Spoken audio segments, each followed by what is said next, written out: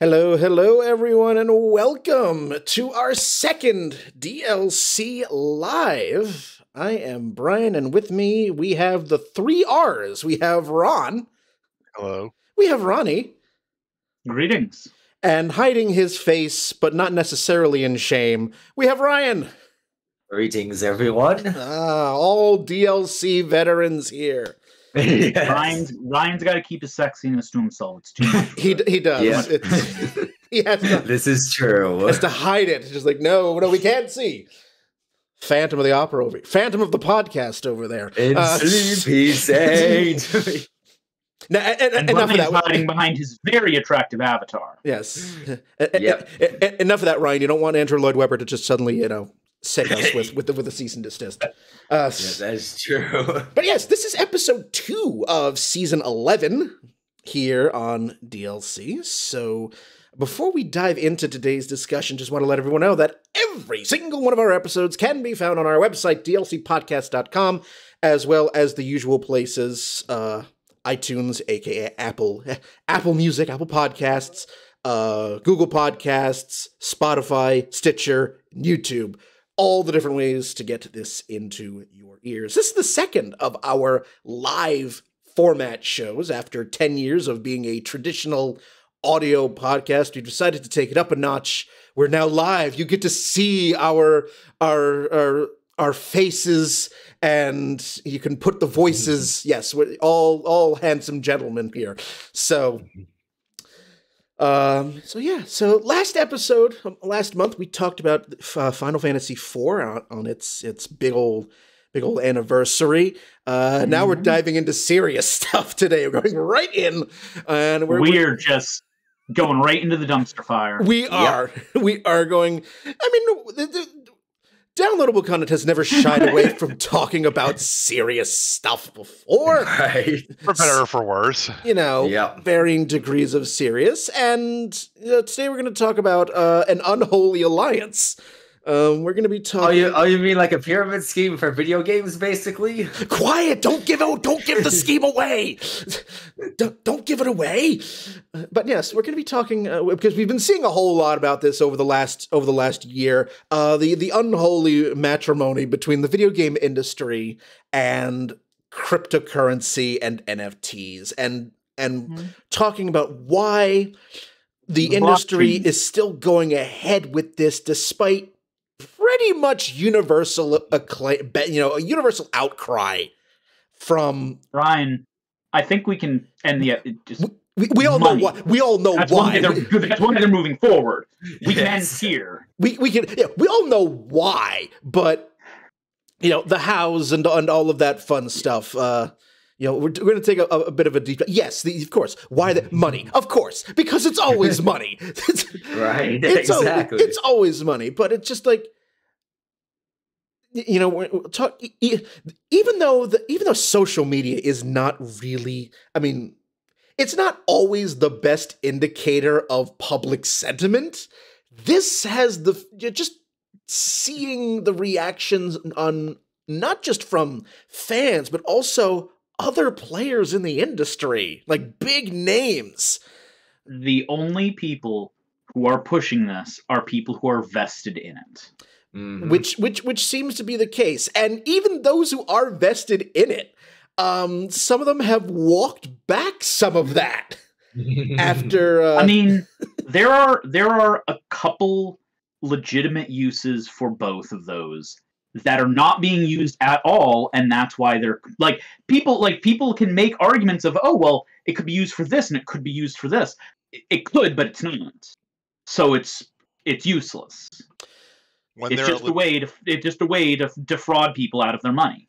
When there's a valid use for technology behind it that's meant to better the people or the population of your gaming community, okay, then we can have a serious discussion about it.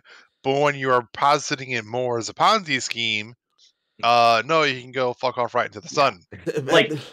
We'll get into it later. I want to bring up the concept of NFTs and the usage for selling and trading of digital goods, digital games. Absolutely. Which is one of the few legitimate uses, but it's one that the companies won't do because it may cost them money. Yep. Yeah, and just because we've seen so much information about this in so short a time, it may help to explain what the fuck are these things anyway? Because we've seen so much about terms like NFT, blockchain, and things like that. And I feel like we're all ready for this.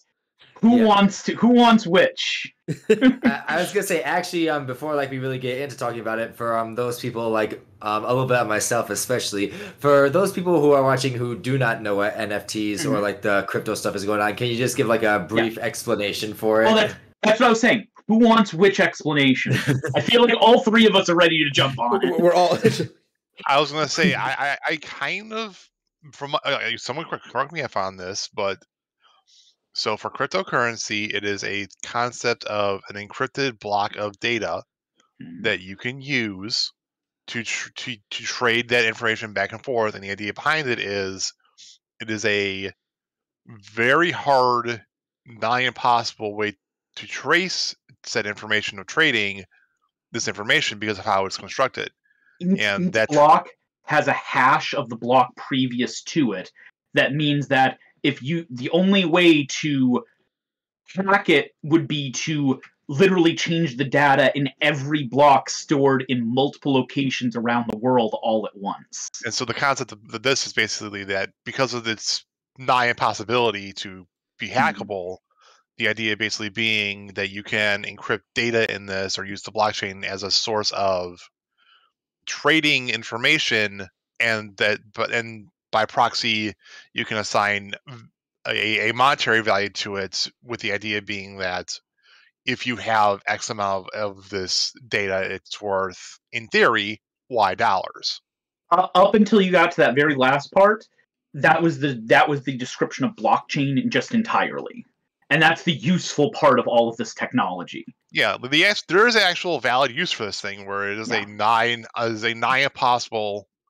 We are literally talking to hack it, you would need to be like the greatest hacker in the goddamn universe. Blockchain is currently being used by various banks. The U.S. government has started using it. Like, blockchain is the only fully legitimate part of this whole process. Yeah, because it's basically an immutable ledger of transactions in a nutshell. And then crypto and NFTs are building off of that. Yes, and the idea basically being is, off the idea of the blockchain, you can trade this information and try to assign a value to it for trading digital currency, which is not backed by any sort of official like a bank, or it has a hard currency behind it, like gold. Yeah, it's a fiat currency, but instead of being backed by a government, which is what like the US dollar is, instead it's backed by the work used to create it on the blockchain. And that's the way the whole thing with crypto works is, you know, there are a couple different ways of doing this, but the most popular, the one that Bitcoin and Ethereum are based on, is computers solving ever more difficult algorithms going at a nice curve. So the more that gets made, the more difficult the algorithm is and the more energy it takes up to mine. And when you successfully completed that amount of work in algorithms, you mint yourself a coin or a portion of a coin.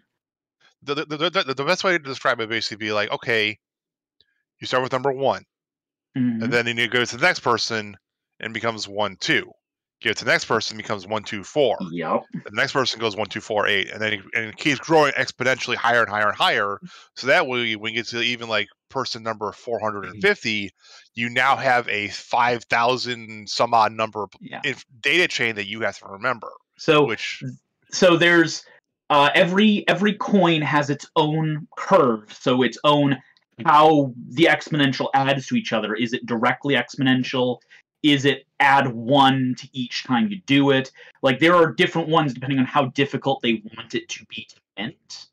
Because if I remember correctly, like with something like Bitcoin, there's only a finite amount. Yes. Yeah, that's true. All of them will reach a point where the exponential point has gotten to, okay, it's going to take 100 years to do this. It's no longer viable. But even at that point, you can mint tiny portions of one. Yes. Like you could mint. I think they're divisible. Each coin is divisible down to a certain amount. But like, what I want to say is it's divisible down to like 0.0001, but I could be wrong on that. That sounds right, but I think it might be set. I think you're right for Bitcoin and Ethereum, but I think that can be set per coin, how far down they want it to be divisible.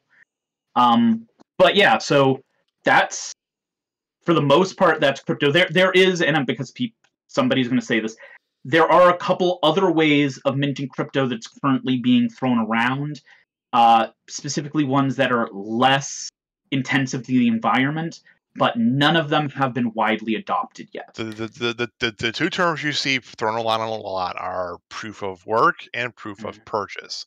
Exactly. Proof of work is what you see currently for Bitcoin and Ethereum, where you spend X amount of time, effort. Usually in this case, it translates to X amount of energy, and we're talking literal gigawatts of hours of energy being consumed to make a Bitcoin.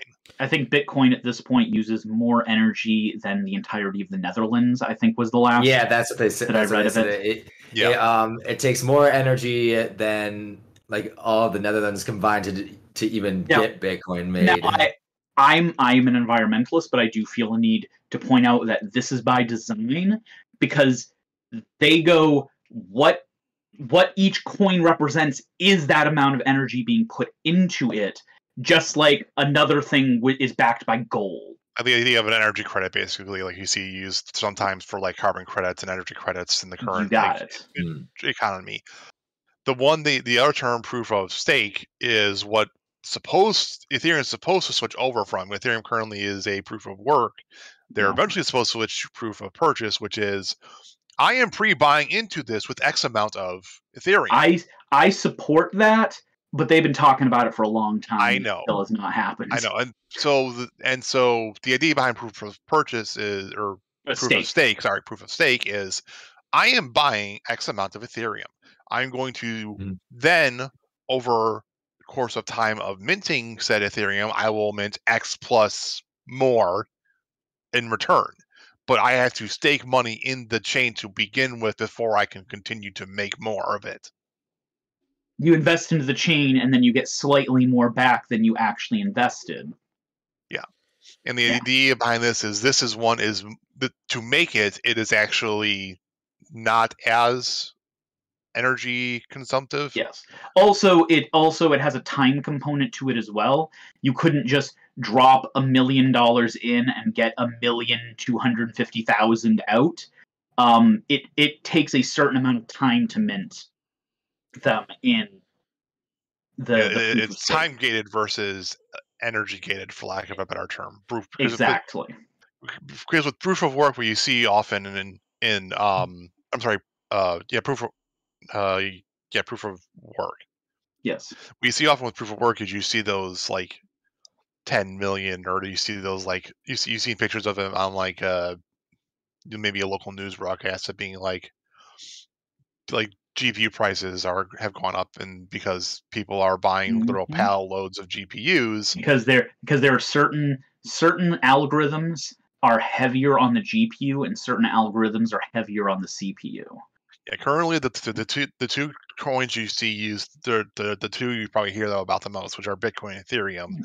Those ones are currently very very GPU heavy. Exactly. Ethereum is supposed to switch to a CPU heavy when they switch over to their proof of stake, but they've been talking about doing that for literally 4 years now, and they still haven't done it yet. So basically, the way to think about the difference is, for one, electricity is what backs it, and the other, just straight time money investment. Is what. Yeah, money and time investment. Yeah. Well, I was going to say money is what backs it, and both of them have the time as part of it, because they both. Yeah. That's part of why they kept the time investment in, because if they didn't, it wouldn't quite be the same for it. The curve is heavily, from what I understand, is heavily based on the time component for the proof of stake. So you guys have given a nice intro so far, and you're now talking about something else that we hear a lot about. A lot of the reason why, especially in the gaming and art worlds, why there's such a revulsion for this is the environmental damage. So let's do NFT first, and then we'll go into the environment. We need to finish the explanation of what the heck is NFT. Why does it sound like some toe fungus I have? Just get some Tinactin, you'll be fine. But no, yes, keep going. You mind if I start on this one? Go ahead. Okay. So non-fungible tokens work off of the same ledger, the blockchain, as crypto does. It's actually based on Ethereum. So what it basically does is it mints like Ethereum does, but instead of making a normal Ethereum coin, instead what you're adding to the blockchain is a specific piece of code for a picture. For the most part, they're links. Despite what people say about them being art, most of them are just links to the files and not the actual files themselves, because the files would be too large. But in theory, I'm going off of in theory. Yep. What it's doing is creating a unique item of a single piece of art or video or anything that they want to add to it that acts like a tradable original. Like you would have in the art world, you would have prints, and those would be the regular PDFs that you see of this, that you sell, that you can sell to anyone. But the original is going to be of greater worth. That is, in theory, what NFTs were supposed to be by its original creator. In theory, it's the idea of, okay, you can buy prints of the Mona Lisa. Or if you want to spend the money, you could buy the actual Mona Lisa. Exactly. That's exactly. The idea. And that's what the non-fungible means. Non-fungible means it cannot be broken down into smaller components. To give an example, and it can't be traded for an equal thing. So there's also no flat value assigned to it. So yes. So like an Ethereum coin is equal to any other Ethereum coin. I could give you a coin, you could give me one back, and no value was lost. And you could break that Ethereum coin down into smaller pieces. Neither of those are true for an NFT. Yeah, to clarify too, a fungible token would be like the American dollar, where it's like, okay, I give you a 20, and then you break it down into whatever currency. You can break it down into 20 singles or $4 or $5 bills or things like that.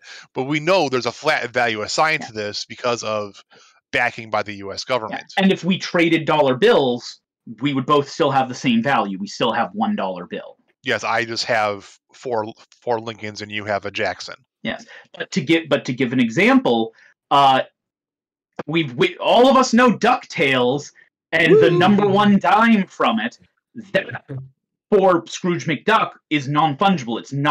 It could not be traded with another dime and have the same value to him because it is a unique item now for him, and that is a concept of this.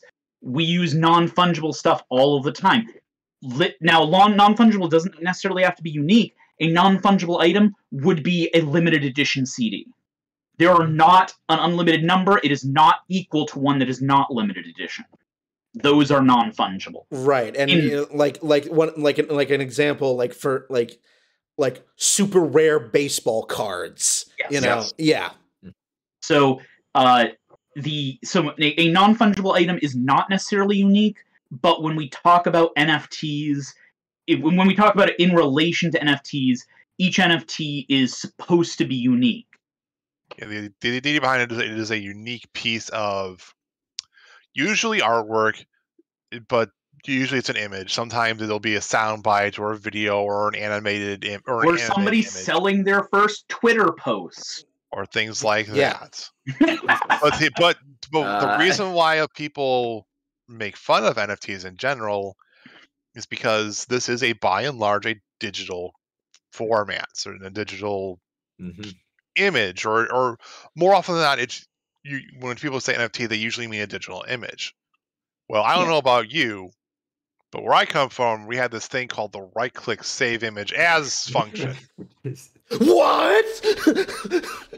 What I'm saying is you're okay with piracy. Yes. What it's wizardry not is piracy this? if you're not caught. I mean, yes, it is digital, but that was the whole point for the original creator, was to make a way that digital artists could sell originals the way regular artists do, because it's not easy being a digital artist. I'm betting Ryan could speak on that. I agree. I am just making fun of it because yes. You're right. I mean, I was gonna say one word: commission. I am giving in this intro. I'm giving it as much of the benefit of the doubt as I can, because we're going to be spending the rest of this episode destroying that benefit of the doubt. Oh yeah. We're building it up just so we can smash it to pieces. We are describing the ideal situation here, and then we're going to present reality to you, so you can understand why this idea is so fucking bad. Like we need and this is being entirely honest. The reason I want to make sure that we're portraying it in the best possible light at the beginning here is because this will help explain why some people bought into it in the first place before it became what it is now. So I do actually want to add in one thing too with NFTs, because I see it on especially on the music side of industry things. Quite a few bands that I actually listen to have actually gone into the NFT stuff. And the reason why they're doing it is because of basically how the business of the music industry is right now. So what they're trying to do is basically create, like, whether it's digital art or for like albums or other things like that, or just like limited edition pictures. They're trying to get into that because to them, these NFTs are a lot more profitable than what they're dealing with right now with the current state of the music industry. And to kind of go back off that, and the reason why people like especially like artists or sorry, not artists, but songwriters and bands and things are doing like that, because the idea is this is the thing that they can have full control over. They get the full profit out of, versus signing with a record label when they could potentially lose the intellectual property and the rights behind the music that they are making, and only see a portion of the actual profit of a CD or a album being made. Same thing with a streaming service. Like the amount of money that a band or an artist makes on per stream is minuscule. So yes, I mean that is one positive application, as Ronny was alluding to. There are finishing off on the music side. Like there are specifically like streaming sites that aren't even like Spotify, Apple Music, what have you. I think like Monster Cat's one of them. There's another site, Bandcamp. I think is the other big one, where you as a band or a musician can go on there, put up your entire album, and be like, hey, here's an album that I made for $5, and the fans of that musician can go and give them $5. And the artist still gets like 90% of that profit, I think. Where I think Monster Cat and Bandcamp take like a small percentage. I don't know about the other ones. One thing I like about Bandcamp is it does a minimum pay what you want model, so they'll put the minimum that they want to sell it for. But if you want to throw them more money, you absolutely can. And I like that. And that's what I usually see happen with Bandcamp specifically, where the artist will put up, okay, here's the minimum of the album. It's like $5, but fans of that musician or that band will give them $20, $30 because they like the music and they're trying to support the artist, because they know Bandcamp only takes a flat amount of that purchase, which is awesome. Back to what we were talking about with the NFTs. There are several flaws with NFTs we will get into a little bit later that affect how this works. But the one that I think we really should mention before we go any farther, it's what Brian was trying to bring up earlier, is the environmental impacts. Because for any NFT, so there's two sides on this. So for any NFT that is proof of work, that is going to be guzzling down a lot of electricity, because it needs to do increasingly complex algorithms to mint them across several computers running at near 100% at all times. But even if you're going with proof of stake, you still have the electricity that's needed to keep up all of the servers that are used for these ledgers. Now, is that any different than our digital credit cards? Is that any different than bank accounts? I see them as pretty close to the same thing, so I see that as a negligible thing, but I know a lot of environmentalists still go, there's no way to do this in a neutral manner, because even with proof of stake, you are still using unnecessary electricity. There's a difference, in my opinion, between proof of stake, which is running a slow but current, like a slow baseline as an example. Basically, like it takes X amount of energy for me to maintain running a server. Now, like you would not see being used for Amazon Web Services. Now you would be seeing used for YouTube servers or Twitch servers.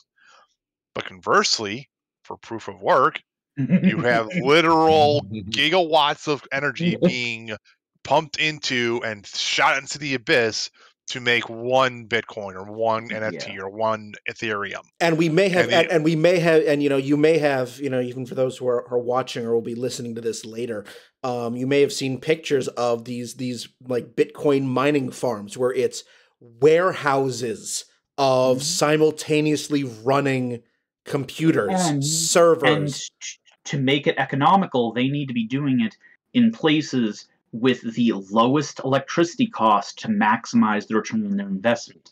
And that almost always means fossil fuels, and it almost always means fossil fuels in areas that are not capturing any of the carbon from the fossil fuels, because that increases the cost of the electricity. Also areas that have lax regulations on energy taxation and lax regulation on energy consumption penalties. So you do have I mean, we've seen it. You do have crypto mining in America, but a lot of the biggest ones you see are going to be in areas that once again, have lax regulations.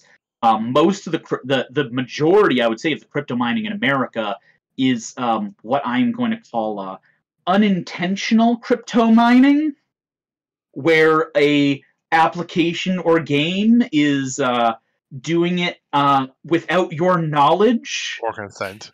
Which I assume we'll get to in a little bit later, but that's a lot. That's the other economical way of doing it. Don't pay for the electricity because you're having someone else do it for you. Uh-huh. I think we should move on from the intro into the actual. Yeah, that's okay. Agreed. Okay. This is the baseline. This is the ideal. We've established the highs and the goods and the minuses of this, in this initial world where there's a apparent trade and cost of like, hey, we could decentralize currency, so it's plus and minus on that, but there are valid environmental concerns. This is the ideal world. Now let's go to reality. I was going to say, so just based off what Ron and I said, if this was all it was, there would be a legitimate debate on the use of these. There would be valid discourse. There would be valid discussions about this in this ideal situation. So let's go on to what it's actually being used for. He says, rubbing his hands like Smithers over here. Yes. What are you talking about? The last tree took 8 crumbs. So yeah, let's we've established our intro here. We've given a good 30 minutes on it. So yeah, now I'm going straight to the throat now with it. Yeah, now let's go into what it's actually being done and why the this video outcry. game industry's addiction. Okay, I gotta bring up this example because it's one of the funniest and yet most outrageous examples I've ever heard of with the NFT stuff going on. So all with Facebook and how it has the parent company now Meta, and they're trying to do the whole thing with the metaverse now. Did you happen to catch news like maybe about a week ago or a little bit more? Is that basically people who invest, and I think this is like almost pretty much an NFT. There were people who literally paid tens of thousands of dollars for a so-called digital mansion in the metaverse, and it was all just a scam. Mm-hmm. Yeah. That's not even the worst one. Nope. Oh yeah, we're gonna be getting into a couple. I have a couple I've written down. Oh yeah, and so we're talking about this, and we're establishing this. But what's going on here is that in many cases, crypto and cryptocurrencies and NFTs are being used for a lot of genuinely shady and outright illegal shit. Mm-hmm. I mean, I think the most important thing to talk about on NFTs is the fact that a huge part of why NFTs are useful is because it's one of the few legal things you can spend your cryptocurrency on. Yes, So it is. it's a way to spend. It's a way to spend your cryptocurrency and show how big your e-peen is.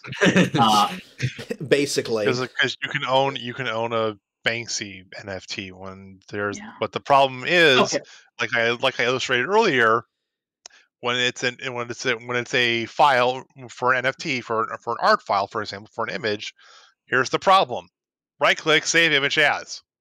Well, the big issue for me, the ultimate flaw of NFTs. Anyone can mint an image into an NFT, not just the original copyright holder. Yeah. So you can have anybody mint that and sell that Banksy, and it's not Banksy selling it. There were a bunch of YouTubers, Jim Sterling, James Stephanie Sterling, but Matt Pat and a bunch of other ones all had their images minted into NFTs and then sold. They had nothing to do with it. It was just somebody who thought it would be funny to do.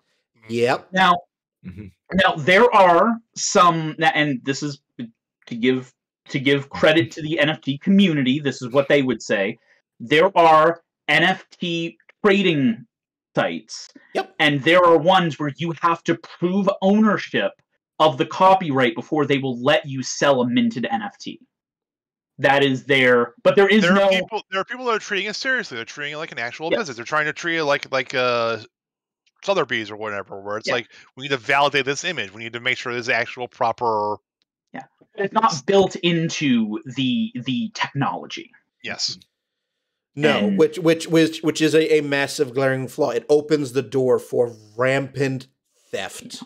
On the other And- hand, they also say that by minting this NFT, by buying this NFT, you now own that image. And they say you own that image. But there is no transfer of copyright. There's nothing legal here that lets you own that image, but that is how it is being sold to people. So people that don't understand this and understand how this works, i.e., 90% of the people that are trying to buy into NFTs right now. yep, are just getting it. And then the final thing, and then I will get off my soapbox. The final initial flaw in NFTs is their links. 90% of them are links because the amount of data you store in a single NFT crypto coin isn't enough for most images. So it's literally just a link to the location of the image, and we all know that how many links have degraded over the years and are no longer valid after a couple years? Like, that, just because it's in that location right now does not mean it is always going to be there. Yep. And then once it's gone, what is that coin? Problematic. NFTs are problematic in general because of the environmental impacts. Yeah, But agreed. But once again, these cost energy to make. I don't see a huge difference between them.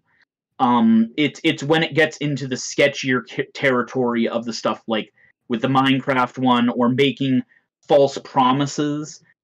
We have some. I'm gonna name names. People can go and Google stuff if they want. But we had an anime voice actor that was supporting NFTs, where they were doing NFTs of people's voices. Yep, and I know exactly who you're talking about. And claiming that you would be able to use those NFTs in Metaverse or in other manners, where you would be able to use that voice when you went into the thing.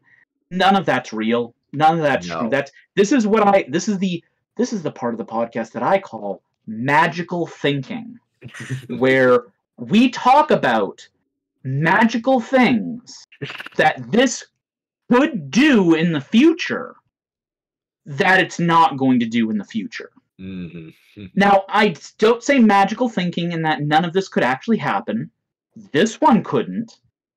But some of the stuff, in theory, could happen if people wanted to. But they're not going to. They're going to sell it to you based off of promises that will never be realized and never intended to be realized. Like, I mean, one of the things that I can think of with that especially is not necessarily even transferring it, but with certain characters and avatars that people use, whether it's on like MMORPGs or just like regular RPGs and stuff like that.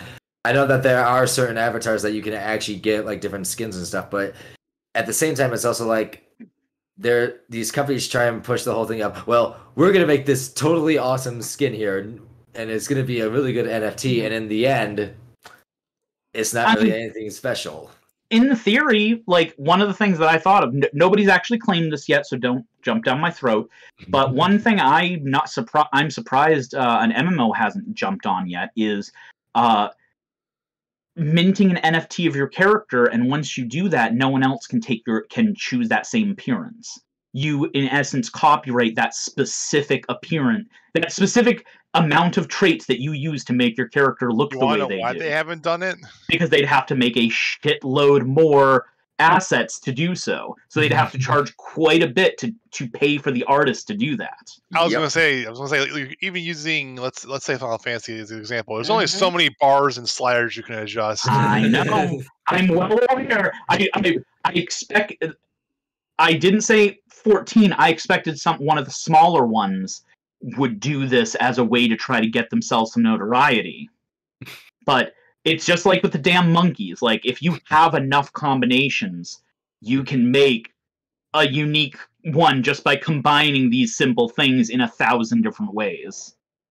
For clarity's sake, there's a running joke of image of using a particular art style of a monkey in the NFT artist landscape as a way to use it, because it's like Ronny said, relatively simple shape, but you can customize it in like 1,000, 10,000 A lot of people, like, later it became where people were drawing their own and making fun of it. Originally it was the person who was doing it for the NFTs commissioned a shitload of just different variations on, like, this is the base monkey. Okay, now give me 100 different hats, give me 100 different bow ties, give me 100 different, and then just use that to create thousands of different ones that people could mint as NFTs. Yeah, and then, but you might have seen some of these and then images expanded outwards after. Yeah, you might have seen some of the images of these monkeys. These are not very good monkeys. The art is quite. It's quite basic. I'll put it to you that way. Bad monkeys. I mean, listen, if someone was paid to make like these basic looking monkeys, I'm not going to deride them for their basic shape. Okay, this will give you some clarity on here. The guy that did the art was hired off of Fiverr. He did not make only $5 off of it. I don't know what the actual agreement was, but that's where this came from. That doesn't. It's still okay. Maybe it might be more of an accurate term then. I was trying to give a benefit of the doubt and say basic, because it's basic coloring. There's attempts at shading. Here's the thing: with how many of them the guy made, like, honestly, I'm not gonna diss him for that. Like, when you're load of work. If you're making, it's kind of like making an emote. When you're making emotes, you're kind of looking to figure out, okay, what's the cleanest way to convey this information in the smallest pixel size in the smallest size box possible. Clean, easily visible from a distance, can look basically the same regardless of how big or small that you're going to be blowing it up to. Yeah, like the general things you'd think of for vector graphics. Yeah. Got really quiet for a second. It did. I just, while you guys are chatting here, I'm just still thinking about every new announcement from a big developer, saying that they're getting into this. It's like you could just you can count the seconds until all of the vitriol. You got two different. In the video game industry, you have two different types of companies that are getting involved in basically all of this. You have the companies that are so big that are making millions and millions of dollars that just want to make more and pay their CEO and their ones more out. And then you have the other half of the companies, which are the ones where one bad game could put them out of business. And this is a lot more companies than people think, including some large ones. Yep. Who basically just go, any extra source of revenue is a source of revenue that might keep us from dying. And those two types of companies are the entire game industry. Basically, every company is one or the other unless they are an indie company. And you have a very, very small subset of people who have actually come out and said, I don't want NFTs in my game. But that small set is literally like maybe 5 people I'm aware of in the entire video game industry. There was something. There was what was the one I just saw last week? The 51. It was Team 17. Team 17. Why did I say 51? Yes, that's what I'm thinking of. Where you actually have a bunch who acts as a publisher, and you have a bunch of their developers who, when they came out saying they were doing NFTs, went, nope, that's it. Okay, we're not working with them anymore. That's it. Although, to be honest, there is one. The developer of Going Under was one of them. Yeah, there is one developer who I think actually could benefit from NFTs, but they'd have to do it the right way. And with the most recent game that came out of theirs, and when I mention it, you'll know Cyberpunk 2077. I think that CD Projekt Red might actually be able to get away with doing some NFT stuff if they do it the right way. But then again, I see both Rons almost simultaneously head desked at the when you mentioned Cyberpunk. You're assuming CD Projekt Red, a company that built their reputation on making semi-decent games and then eventually making them polished and good 2 years after releasing them. You're assuming a company that spent Cyberpunk 2077 and had 8 years of development for it, 9 years of development for it. A company that got sued by their own shareholders for lying to them. And because and you're assuming the company that released Cyberpunk 2077 in what is admittedly a 60% done game. You're assuming that company is going to actually do something proper and smart and try and make money out of it. I want to give them the benefit of the doubt because they lost the benefit of the doubt when they released Cyberpunk 2077 in the state that they did. Well, aren't there other games that they've released as well that have done pretty decent, or is that like the only one that they have to their name? Metro Exodus. Metro Exodus was a good game, though. I have to give it that. I think was Metro Exodus Cyberpunk 2077 as well, or was that a different company? I honestly don't remember. I honestly cannot remember. I had to look that up, but I want to say that they were at least involved a little bit with that. But the thing is with Witcher 3 specifically is you're remembering Witcher 3 at the end of it. No. I remember the beginning. Yes, you remember the beginning, and it was there were still it was playable. They have never put out a single game that I know of that was polished from day one. Every time they put out the equivalent of an alpha, and we watch it become an alpha, a beta, and then finally a polished game by the end, usually. Yeah, like Witcher 3, the reason why Witcher 3 did so well is because the writing in it was very good. The general voice acting in it was pretty good.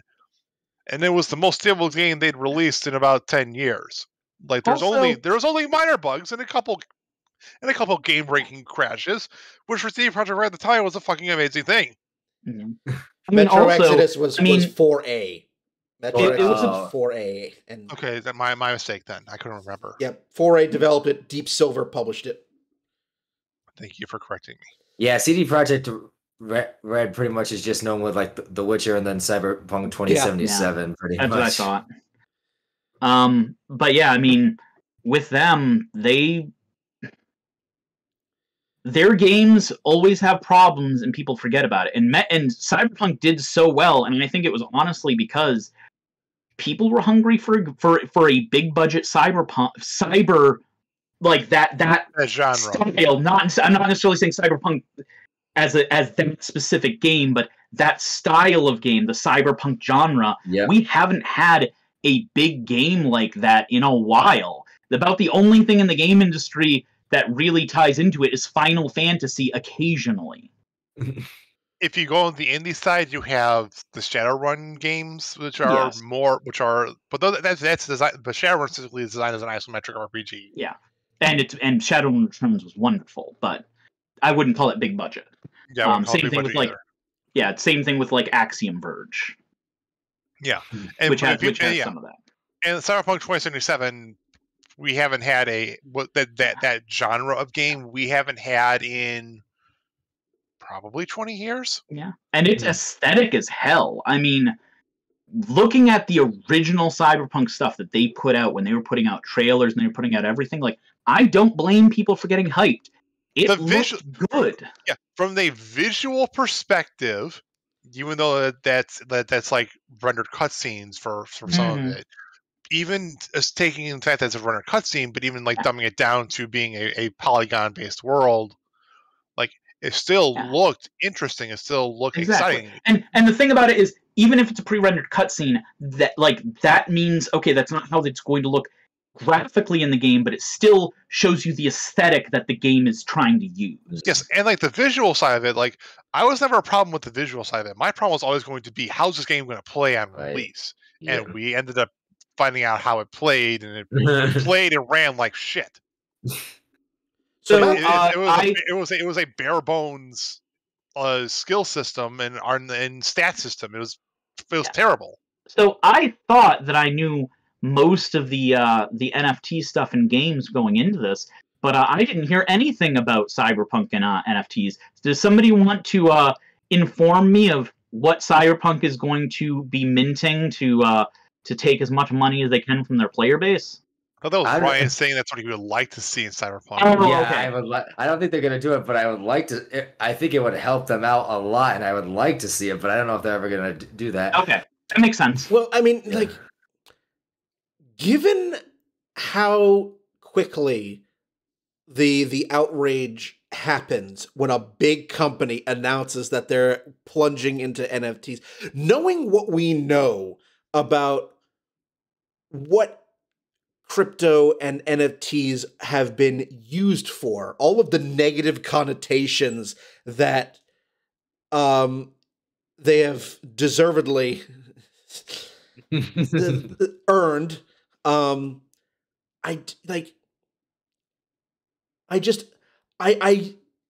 know that these developers, these big companies, they want to find another revenue source. I get that. It's their businesses. At the end of the day, they want to make as much money as they can. Welcome to capitalism. It's just and you mentioned this earlier yourself, Ronny. It's like, despite all the outcry, is it going to do anything?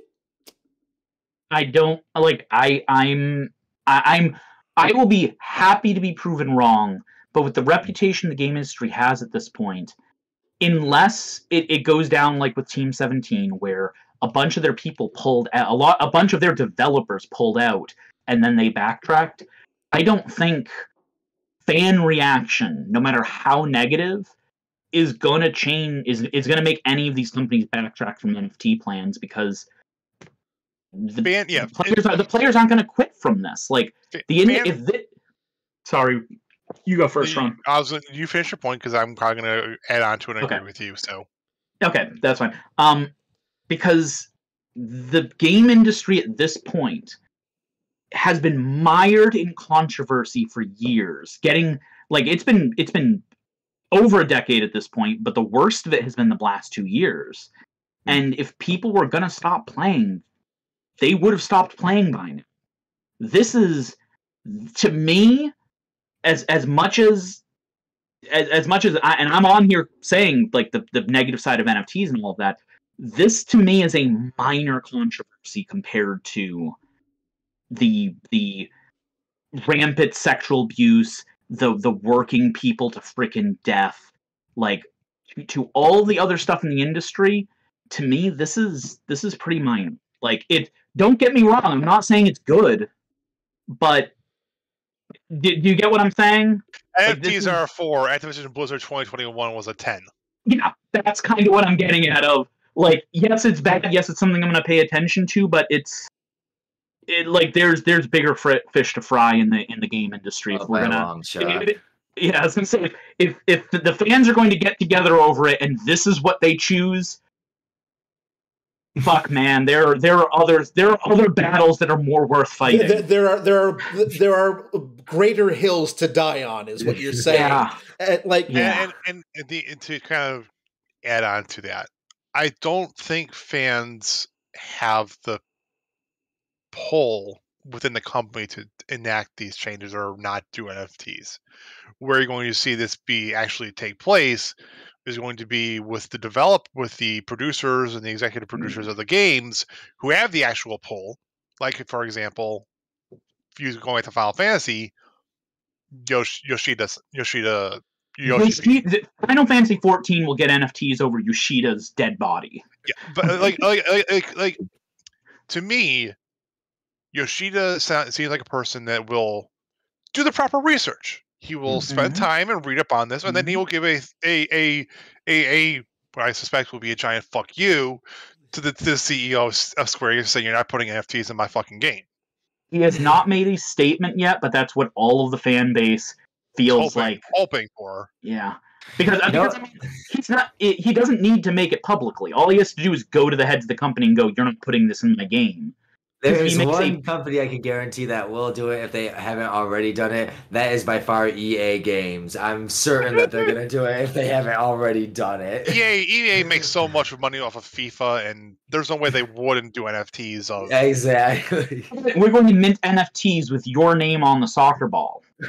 Yeah. No, Ryan. No. Soccer ball with your name on it. No. It's better. You get to be one of the fans in the FIFA stadium as an NFT.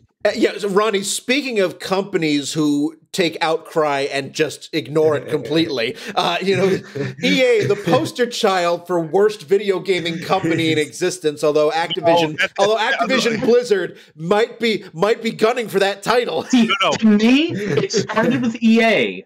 Then Ubisoft took that title with all of their rampant sexual abuse that was hidden by their CEO, and then Activision Blizzard went, "Hold my beer."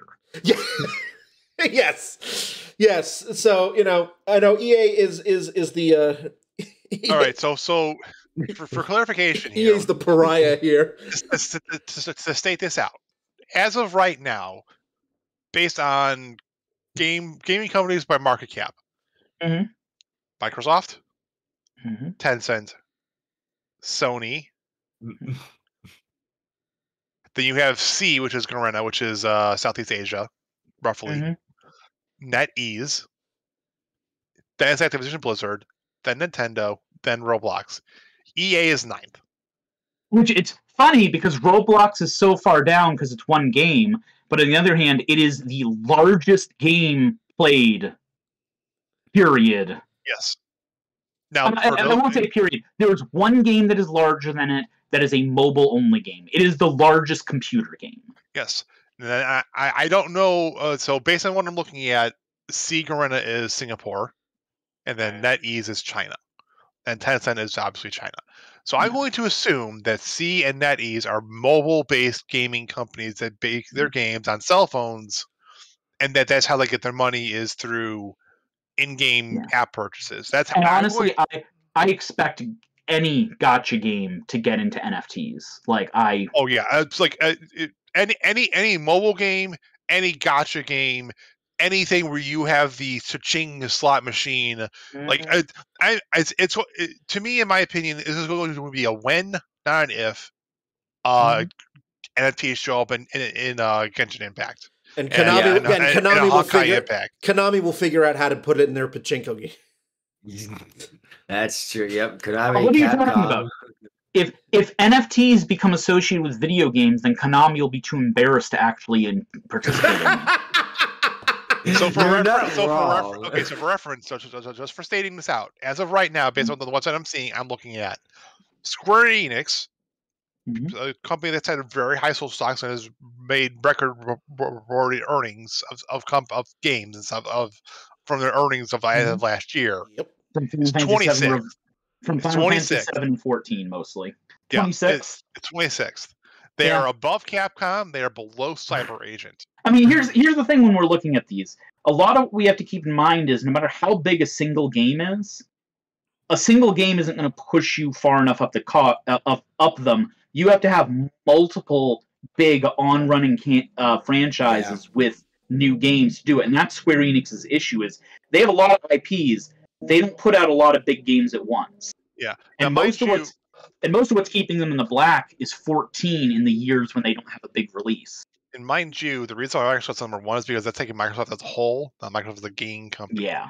So Microsoft being number one is kind of like an asterisk because Microsoft as a full company is a multi-trillion-dollar company. Same thing with Sony. You can't take the value of the entire company. You have to take the games industry portion of it. Whereas with Tencent, you can mostly have it be number two. It's probably closer to number. Tencent's probably actually. I assume Tencent's number one. Yeah, I don't even think Microsoft would be in the top 3 if we were just talking the game company. They would be top 10. They just bought Activision Blizzard. Yep. Assuming that deal goes through. I think they would be 3. I think gaming companies by itself. I think it would go Tencent, Microsoft, Sony. that would make sense to me. I wasn't thinking. I knew about the merger. I wasn't thinking about them buying Activision Blizzard. There, you're right. Because of Activision Blizzard, that would push them into the top 3. Yeah. Before the Activision Blizzard thing, I don't think they would have been top 3 without. Yes. Now the site I'm looking at still has Microsoft still has that separated. Still has Activision Blizzard separate from Microsoft because the merger hasn't gone through yet.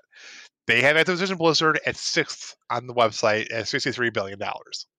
So assuming let's say Microsoft Studios Game Studios is a. By the way, just because I don't think I'm going to get a chance on the podcast to bring this up again, I never thought that I would celebrate Microsoft purchasing another company. I never thought that I would think that Microsoft could make a company better. But Activision Blizzard is so far down now that I can't imagine Microsoft making them worse than they are right now. So there's only one place to go, and I think them being bought out and getting Microsoft to set them up with new management is basically the only way they could clean house the way they need to. The funny thing too is because of how mergers work, you generally know these talks are occurring months, if not years, in advance. I wouldn't be surprised if Microsoft got a deal after all of this started going down. I have to imagine Microsoft saves like hundreds of millions of dollars on the deal. Get ready. If not billions of dollars. It would not surprise me in the slightest if they saved like $50 billion, $30 billion when the scandal broke. Get ready for your Skyrim NFTs. Oh god. But we'll find out more about the Microsoft stuff in a year because it's not getting finalized until 2023. Yep. Yeah. And that's when all the change. They're leaving Blizzard's management in place until the deal is finalized. They have Microsoft has said, assuming no one objects to this, it'll take a year. And we're leaving Activision Blizzard's heads in state and place at the time until the merger occurs. At which point they've said that Bobby Kotick is getting injected into the goddamn sun. Figuratively speaking, of course. They're going to be cleaning house when they take over in a year. I have to imagine. And to give credit where it's due, based on what is being shown and presented to the outside gaming audience, Microsoft Game Studios as a whole seems like a fairly good place to work at and be run by. Yeah, that's what I've heard from the Ori developers who worked with them. Yep. And when I say good, I mean like there may be some questionable business practices, but it's not like questionable is a high bar in the game industry right now. It's a business. It doesn't mean it's flawless. It doesn't mean it doesn't have issues, but it's not the toxic pile of whatever that Activision Blizzard currently is. It's not forced overtime. It's not working people to their literal death. It is not paying casual sexual harassment and assault. Yeah, it is not working people to the bone because and not being able to feed your employees because they can't make enough money to feed themselves. It's not 100-hour work weeks, 7 days a week.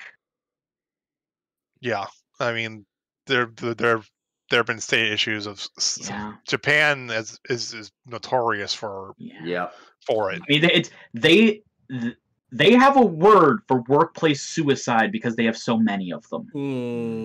And that's its own issue, and that's its own cultural, societal issue. There's a whole bunch of stuff. Yep.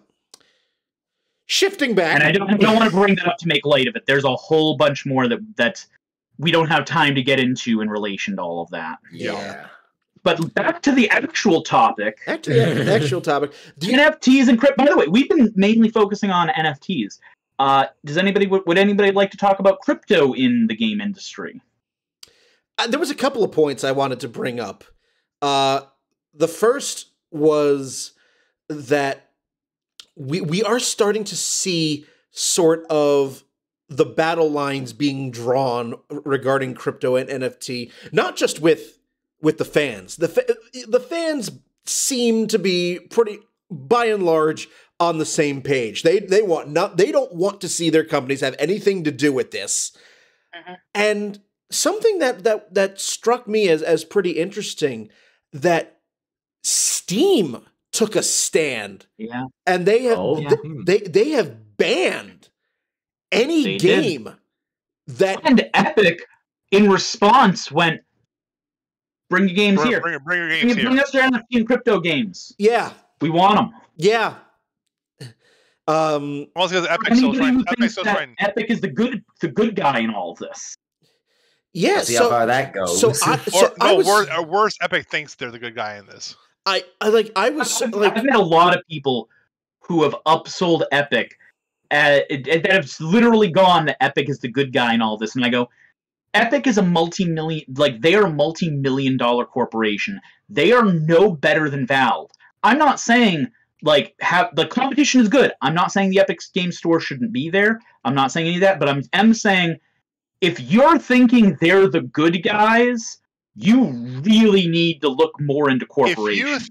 If you think Valve hadn't done the proper thought and research into cryptocurrencies and NFTs before they eventually decided we're banning all of them, you're out of your goddamn mind. And that was it. That was the surprising thing. Part of it's got to be Valve going, this is a source of money that is being made in games that we're not getting a cut of. Because, like I said, there are MMOs that have talked about going, okay, at least part of your subscription fee is subsidized by the NFTs that your game's going to be mining while you play. And that's money that Valve wouldn't get. They would either have to make a super complex way for them to get their worth out of the crypto and NFTs being made in the games, or just ban them outright, because they're not gonna just go, oh yeah, no, you're welcome to make money with this game that we're not making. Yeah, they're never gonna do that. That was probably much more a business oriented decision than a Steam's decision to ban crypto and NFTs was probably much more business oriented than a ban. Well, it's one of those times where it's great in the business world when what is the correct business decision and what is the correct decision when it comes to PR, when those two things are the same. And that's what happened here. Yes. But it still makes me wonder if with Epic's game saying that, oh yeah, we'll take all the NFT stuff, I'm wondering if it'll still piss people off with that, because as far as I know, Epic still has quite the huge base, and probably a lot of people are still not going to be very happy with the whole NFT thing going on. Well, and the other thing too, I've seen, I don't know, it wouldn't surprise me if some of the Ponzi game developers go to Epic, and Epic is kind of just left holding the shit bag, being like, well, it's not our fault that the game broke and closed up shop 5 minutes after it made money. That's not our fault. But if that's where they bought the game from, it's still going to look poorly on Epic, because Epic sold them the game. I know. Epic again. That's why I'm saying Epic's going to be left holding the shit bag. The other thing that's going to come up is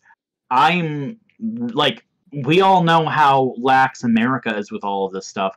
I'm really curious about what the EU's regulations on crypto and NFT is going to look like, both in general and with video games specifically, because that is going to affect the entire conversation.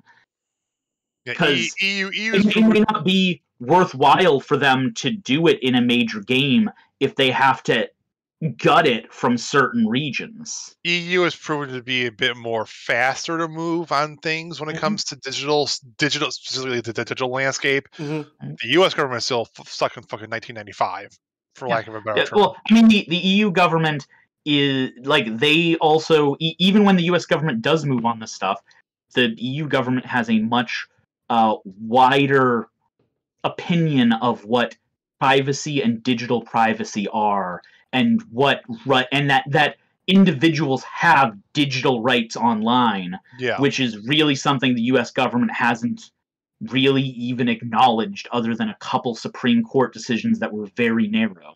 Yes, because the U.S. government. You need a digital bill of rights. Yeah. Getting politically, we need a digital bill of rights. That's what we need. Yes. I mean, we all saw with Europe, basically with what they said to Facebook, saying that, oh, if you don't let us use the data and stuff like that, we're pulling it out. And the EU is like, all right, don't hit yourself with the door on the way out. Yeah. But I mean, we need a digital bill of rights, but we can't even pass the Equal Rights Amendment. So what? We're never going to. They made it way too difficult to amend the Constitution in America, and so we rarely do it. That said, when the Constitution was written in 1791 or something 87? Like it's 17 whatever. We didn't have 50 states. Well, here's the thing: from the very beginning, not to turn this into a political podcast, 1787.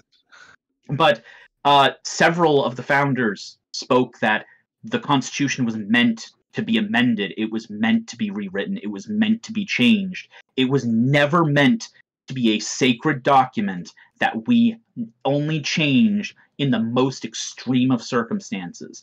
They directly said that it was meant to be a document that worked for the people and should be changed as what the people's needs changed.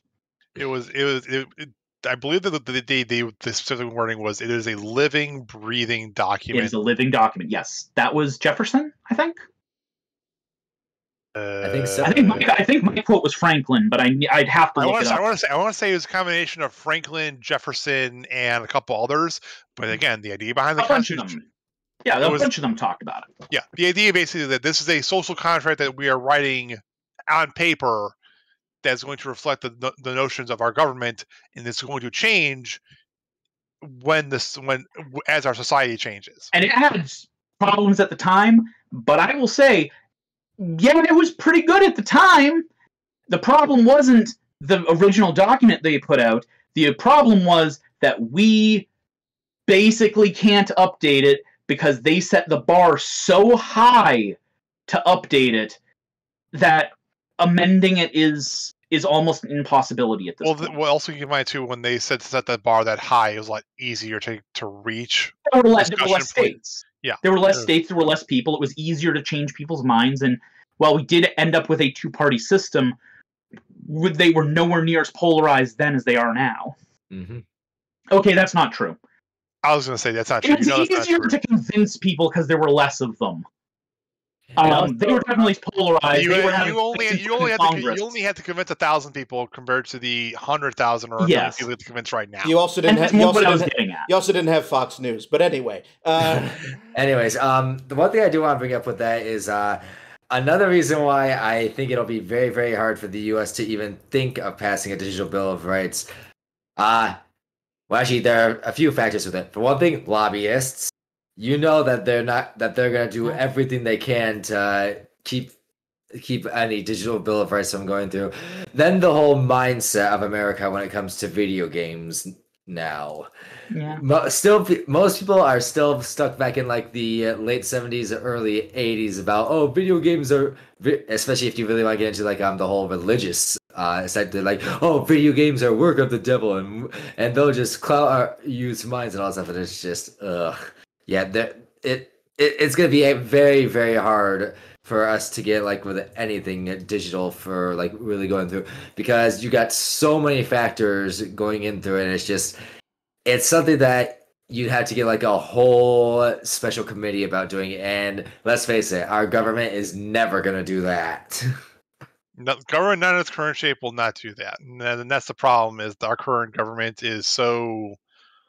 I mean, they could put into place, 2019, French judges made the decision that digital goods had to be resellable. Steam had to allow you to resell games you bought on it. And it was upheld. And that is something our government could do. They could go, digital goods are goods. If you have a license for something, you are able to resell that license, and the company cannot stop you. In fact, the company, if it requires structure to do so, the company must give that structure to allow you to sell it. And did Steam pull out as a result? No. No? Okay. Oh, wow. Why did I think there was some sort of like, well, fine, fuck you, we're leaving. We talked about this when the original decision was made on DLC. Yes, and we were talking that was one of the possibilities that they would pull out. I remember now. They did not. They did not. They stayed. Oh, nice, good. And there's been talk in the European Parliament about basically passing this as a EU-wide thing. All right, nice. They basically take, let's say, the basis framework that France did, because France put in the legwork, let's give them the credit that they deserve, and then expand upon it and apply it to the entire EU. Problem is, there's enough right-wing governments in the EU right now that are against it that I don't think there's a chance of it getting passed at this point. Not as things stand, and yeah, who knows what'll change as things go? But we have a resurgence of right-wing governments in Europe, and it's not going to go into that. No. So the last thing I want to talk about is something that you mentioned at the toward the beginning, because this is one area of the crypto / NFT side that I'm probably the least familiar with, is the games that do it without your knowledge. Like, you mean fraud? Like I remember, like, I think this was a couple weeks ago I saw, because this blew up on social media, Norton Antivirus had a thing, and somebody found this, where the Norton was mining without your knowledge or consent. Yeah. It was mining crypto, and I don't know, because I haven't done any research. Antivirus is minting cryptocurrency. Who watches the watchers? Yeah, basic. So, are there games that are doing this that you know of? Okay. Because again, this is an area that I'm still somewhat in the dark about. So, unless somebody wants to correct me, this is something I've looked into before, and there is no major game that has done this. There are several smaller games, like indie-sized games, that have done it. But basically, there aren't any prominent games that have done this yet. It is an issue that there are quite a few small and make their money that way. But it's not there. As far as I know, no company has put it in a major game as a way to do it without anyone's knowledge. To my knowledge, no major game has done it. However, we have heard that some games require you to allow Trojans to be installed in your computer, which usually leads to being a backdoor to allow your computer to be used to mine cryptocurrency. Now, obviously, these are smaller games and smaller companies, like Ronny is saying. But it wouldn't surprise me if eventually a larger game eventually finds out that it's a matter of time. It's a matter of time. It's a when, not if. Yeah. Smaller ones have done it. Smaller ones have done it. Okay, so well, we all know how our beloved industry, our beloved fans. We know that there are fans who pour over the source code and everything. So I'm pretty confident that the first one that does it. It depends, because it isn't as easy as you think.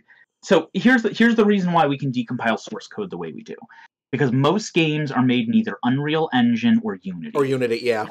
And because of that, you can open them up in those with varying levels of difficulty, and be able to just straight up read the source code. Now, if you design your own engine, you can encrypt your data and make it so people can't read your source code directly.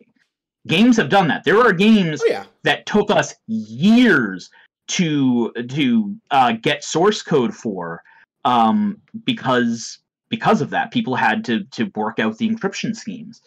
And I mean, that was more common back in the day, because having Unity and Unreal as a baseline, or even the new engine that they're using for Resident Evil, by using these pre-made engines by these big companies, it saves them a lot of money by doing so. But I would imagine that any game that is trying to hide cryptocurrency in it is probably going to be developed in its own unique engine so people could just go into the source code and see what's being done. The best way to look for it too, if you're trying to find use cases for it or see if it's being done, is you need to look for unusual spikes in how your CPU and GPU is being utilized. If you're at the main menu and your CPU is at 90%, you might have something going on. There might be a problem. I don't think you might be playing New World. Who knows?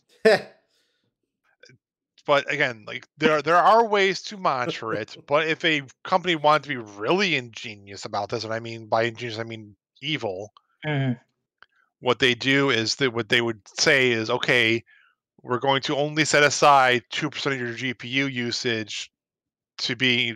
Let's say, as an example, a AAA studio decides to put crypto in their game and not tell their fan base. Well, they could, in theory, engineer their games such that it uses approximately 50% of your GPU running that game. I just thought of a mean way of doing this. But buying the crypto only uses up of that 50% of that 50% block, only 4% of it is actually being used for the crypto side of it, and the 48% is being used for the rest of the game. Right? Embed the crypto miner into the launcher and not the game. Yeah, that would be the other way to do it, because people will leave the launcher open usually on accident and not be aware that the launcher is still open. I mean, there are games that require the launcher just closes to the taskbar because it needs to be open to check that you're maintain server connection, basically, is the idea behind it. But to prevent cheating, that's usually what their justification is. That all their anti-cheat is in the launcher. Yes, but what I'm saying is, there are ways they can mask it, but if you want to look for the easy way to find it would be to look for sudden spikes in GPU or CPU usage. Yeah. Or if you want to feel industrious, you look for where your IP addresses are being sent out to. I was going to say that would be the best way of doing it, but I mean, looking at your CPU and GPU usage is just good practice anyways, because even if it's not them mining cryptocurrency, if you have random spikes in your CPU or GPU, that game's doing something you probably don't want it to be doing. Yeah, like, the first big company that gets caught, if they ever do something like that, oh boy. The first company that gets caught, what's going to happen to them? Are people going to stop playing their games? Are legislators going to make laws preventing this kind of stuff? Are they going to be brought on fraud charges? There's no fraud charges that affect this. They're going to get, the very most they'll get is a slap on the wrist based on some law that is being mostly misapplied just to make sure that something happens to these people. Like, there'll be a furor for a little while, and then it'll pass. The games industry, I don't have an answer for how to fix it at this point, but I don't have a lot of faith that outrage will ever do anything in the games industry. The only way you can prevent this from happening is you would need to have like an ethics committee be like an ESRB work. You get those 5, that covers basically 90% of the gaming market. But I see that as even less likely than federal regulation on it. I know, and that's why I'm saying pie in the sky. Yeah. Best case scenario is this. I was gonna say I expect. Here's the thing, and this is the one piece of hope that I have, and that is Congress is getting younger. More people that are younger are getting put into Congress just because the older people are fucking dying. And we're finally getting some Congress people that grew up with video games and computers just as things. And I expect in the next decade, we are going to see more digital regulations being put in place. You assume that? I'm going to assume the current old generation are going to stay in Congress and with their bony dead heads clashing and clawing at the U.S. Constitution as it drags us down into what we're trying to avoid, a fascist. You mean society. We're going to be electing the disembodied head of Richard Nixon? I mean, hell, fucking Richard Nixon probably wouldn't even be as bad as fucking Donald Trump. So he's nowhere near as bad as Donald Trump or Mitch McConnell. So I don't know. But that's getting into the weeds here. Yeah, that's getting into the weeds here. But like, I do expect, like, we already have people. We have the representative from Hawaii that has been putting forth several digital rights and digital regulation bills that have not been getting passed yet, but we're getting more and more people who I see that as something we're going to see. But by the time the regulation comes, it's going to be 20 years too late. After. I was going to say it'll still help people, but it would have helped more people if it was a lot earlier. Yes. And that's kind of the way we're going to be. Like, I expect the EU to lead the way in this, just like they have been when it comes to digital privacy, digital rights, and a lot of this stuff, but probably a bit slower considering some changes in government that have happened over there. Yeah. So for things you can kind of keep an eye out for your side as the audience of being like things you can kind of watch out for, you can still go on social media and to express civil discourse and disapproval of these things. But by and large, short of you voting with your wallet and not supporting these companies, which is a hard thing to ask people to do, your best way to kind of like discourage companies from doing this is to just maintain that fervor of social discourse of disapproval and make sure that it is a constant like petering motion, ticking needle like an itch that you have to constantly do. At this point, I don't think they're going to risk NFTs in a lot of the largest games for these companies. They're going to test them out on smaller ones, and that would probably be the choice to not buy. They're not gonna try to push it right into Final Fantasy VII Remake Part 2, but I could see them trying to push it in Life is Strange for Square Enix. I could also see a lot of your Facebook games starting to like maybe push for NFTs and like that's probably gonna be where the actual large tested is. How does NFTs work when you have your 55-year-old grandmother wants to play Candy Crush and I can get my grandson's and has an NFT in my game in this game I play for $5. Yeah. No, I fully expect to see NFTs. That's one thing we didn't really talk a lot about, and we don't really probably have enough time to talk much about it, but we're going to see NFTs explode in mobile. Games, by a long shot. That's going to be... It's just going to be another way for free-to-play games to monetize themselves. Our phones don't exactly have enough processing power to be effective miners for cryptocurrency, so I expect that they're going to use NFTs as their way to get their extra money. Very, very probably. Yep. All right. Prognosticating. Yes. Operation Extreme Prognostication is carrying on. Yep. You were saying, Brian? I think you were leading us out. I think we've talked a lot, and we've beaten this very important subject, not necessarily to death, because it's going to be relevant for quite a while.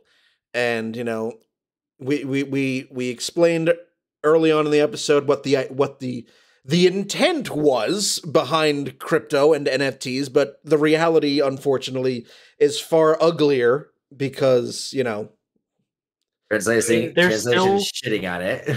Yeah.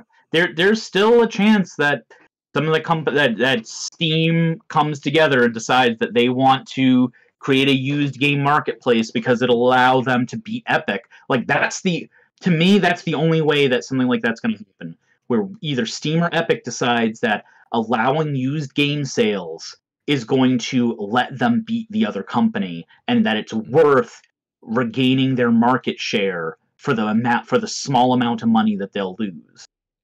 And they could do that with NFTs. But once again, you don't need NFTs to have a database of who owns games and allows them to trade. The only benefit NFTs really have in this would be to allow you to bring games back and forth between Steam and Epic and other ones, and that is very much not what they want you to do. So even if they decided to go into used digital games to regain market share, I still don't think they would go the NFT route. They would go with a more traditional database to keep track of it. So for all of this, it kind of sounds like, because I see this pop up from time to time on social media. It's like, is this just a pass? Is this going to be just a passing fad? And part of me is like, I really hope it is. I really hope it is. But here's the thing. Blockchain is here to stay, and people will continue to try to exploit it. NFTs might be specifically a fad, but we're going to see something similar going forward, period. And I halfway expect that NFTs won't actually go away, because because it's already in the public consciousness, but keep on the outrage and voting with your wallet, as Ron said. So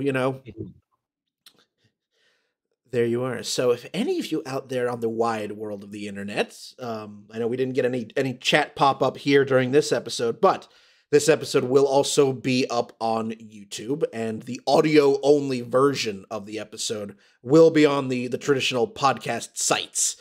So it'll all be there, as well as the website dlcpodcast.com. It'll be in all the places you get your podcasts. Yes, indeed. Yeah. And next month's episode, well, you'll just find out what next month's episode will be when I schedule it, I suppose. So when Brian picks a topic, let's put it that way. Yeah, I was going to say, Brian, you don't have to say what it is, but do you have a topic in mind, or is it just going to come to you? I do have a topic in mind, but I'm very open to suggestions, as you all know. I will keep. Then I will treat this like a Christmas present. I'll find out later. Okay. It'll be exciting. it'll be exciting. But yes, I do have a topic in mind. But again, I always have encouraged, if anyone has ideas as well, please spew them forth. I don't always have to be the idea generator here, so. I have plenty of ideas. No, I know you do. I know you do. So, all it remains for me to do then is to thank our 3 R's here, Ron, Ronny, and Ryan, for being on today's episode. And on that lovely, lovely topic, have a good one, everyone. Stay healthy, stay safe. Wear your masks, get vaccinated, all of that fun stuff. See ya! Yep. Okay. Brian?